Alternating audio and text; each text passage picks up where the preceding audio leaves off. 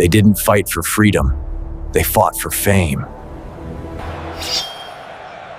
Some were richer than senators. They had fans, sponsors, even endorsements. But their fame came with blood. Rome's arena never ended. It just moved online.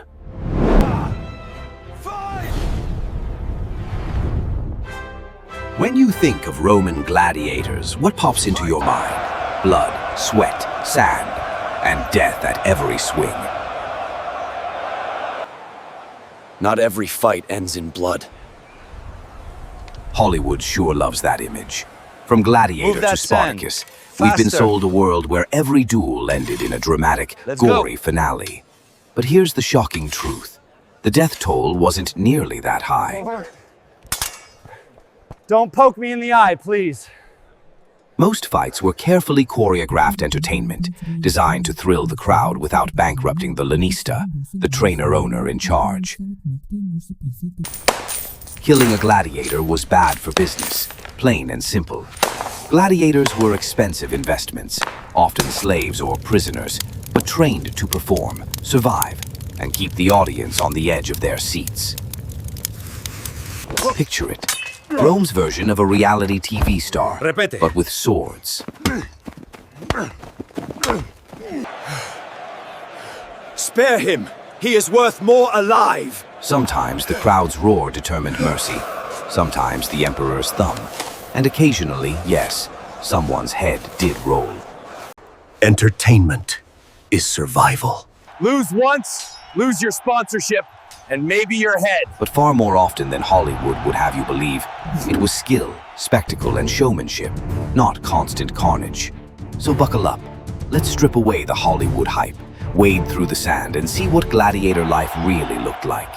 Gritty, political, and sometimes, surprisingly, entertaining. Strike with pow! Again! Again! The Roman gladiator wasn't just a killer. He was an investment portfolio on two legs. Two new recruits. Hope they last longer than the last ones. Behind every swing of the sword was a bookkeeper counting profits. Genus, Welcome to the Pondera, Ludus, the gladiator school, half gym, half prison, and entirely about business. A lanista, the owner-trainer, bought men like livestock, trained them like athletes, and leased them out to fight. Better food than I had as a free man. Indeed.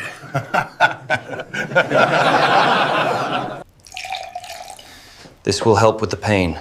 Some lanistae grew rich enough to rival senators, though no one invited them to dinner. Endure, gladiator, the wound is clean. Respectable Romans considered the trade infamous. But everyone loved the profits. Inside the ludus, men lived by strict contracts. Food, lodging, and the promise of fame, balanced against the risk of dying for entertainment. Watch your footing! Gladiators had managers, doctors, even personal brands. A Murmillo with a good win record could be rented out for enormous sums, because a known name filled seats. Weapons were inspected, matchups negotiated, and injuries recorded in wax tablets like modern sports stats. And yes, even the emperor's approval could skyrocket a fighter's value overnight. 10 denarii on the Thracian! It wasn't chaos. It was organized brutality. Rome's blood economy. Every drop spilled in the sand had a price tag, and the lanista made sure the blood kept flowing. But not too much. After all, no businessman kills his best asset. So the next time Hollywood shows a gladiator screaming, "Are you not entertained?"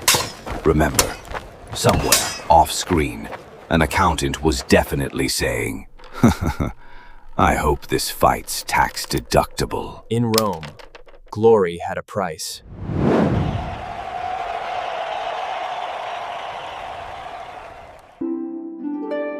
He looked right at me. For a man trained to die for sport, fame could be the only real victory. By the 1st century CE, gladiators weren't just killers in sand.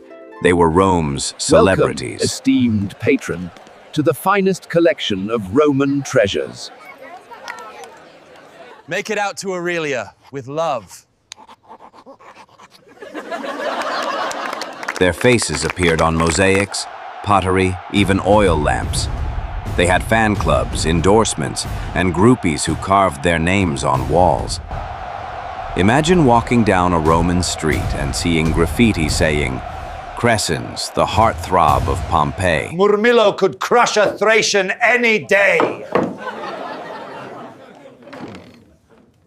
Women threw flowers, and occasionally themselves, at their favorite fighters. To some, the arena was less about death and more about desire. Gladiators were living contradictions, adored by the masses, despised by the elites. Roman senators publicly condemned them as slaves, but privately hired them for dinner parties. The irony? The same men who called them barbaric bet fortunes on their next victory. Free, but empty. And fame had perks. A champion could earn freedom. The rudis, a wooden sword symbolizing release. Some used it to retire in comfort. Others chose to stay. The sand is my home. The roar of the crowd was addictive, louder than freedom itself. Think of it, a society obsessed with blood and fame, where survival was performance and applause meant everything. If gladiators lived today, they'd probably be influencers with sword sponsorships and scandalous fan accounts. But beneath all the glamour, the truth remained brutal. Every hero of the arena was one bad match away from oblivion. Fame gave them immortality, but it also made their deaths a public event. And Fame feeds everyone.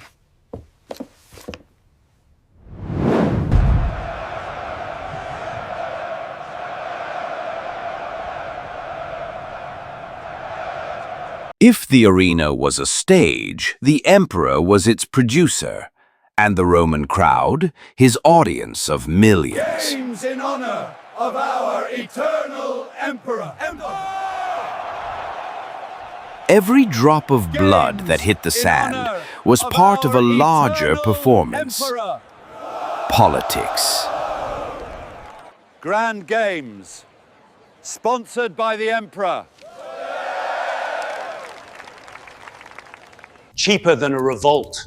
Bread and circuses, panem et circenses, the most successful campaign slogan in history. Citizens of Rome, I present to you.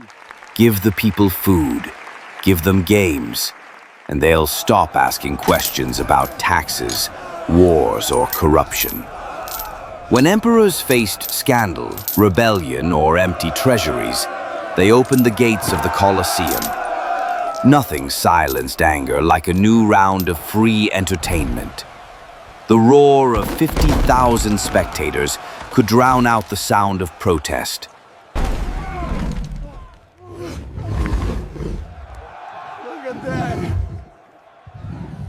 The crowd thought it was cheering for glory. The emperor knew it was cheering for control.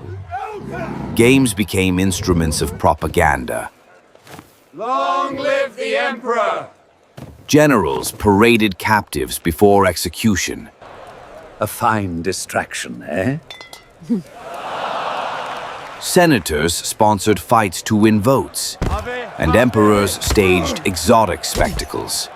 Lions, elephants, even mock naval battles, all to prove that Rome's power was limitless. And in that sand pit, politics, blood, and spectacle fused into a single message. Rome rules.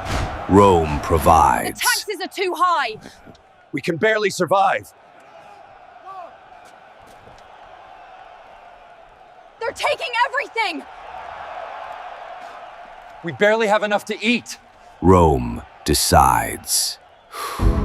It was state-sponsored hypnosis, a ritual of distraction so effective that even today we still replay it, just with better seating and popcorn.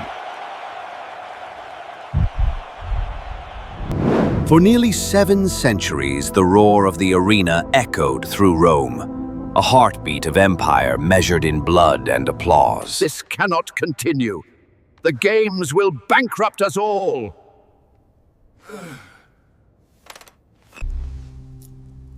The crowd doesn't cheer for me when I'm broke. But even the greatest spectacles eventually go silent. The decline began quietly. As the empire grew weary and broke under its own weight, the cost of blood became harder to justify. For the kingdom of heaven is at hand! The lavish games that once celebrated conquest began to feel like reminders of decay.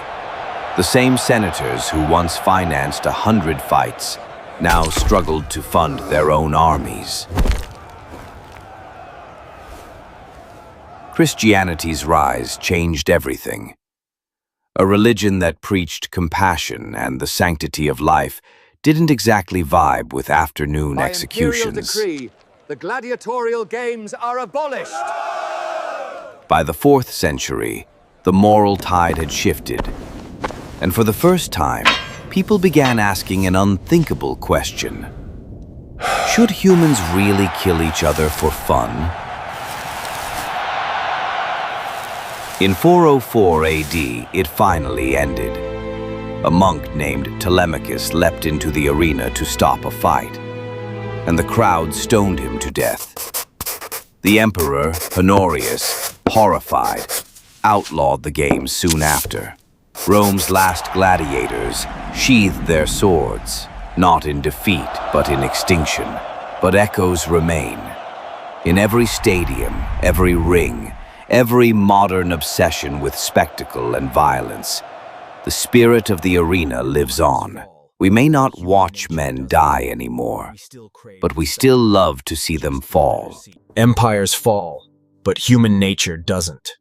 We still crave the spectacle, just with better seats. The Colosseum may be silent now, but in spirit, it never really closed. They were as famous as emperors, and as loved as gods. Because what were the gladiators, if not the world's first global celebrities? Step right up, finest olive oil. Men and women whose fame transcended class, language, and empire. People who became brands before branding existed.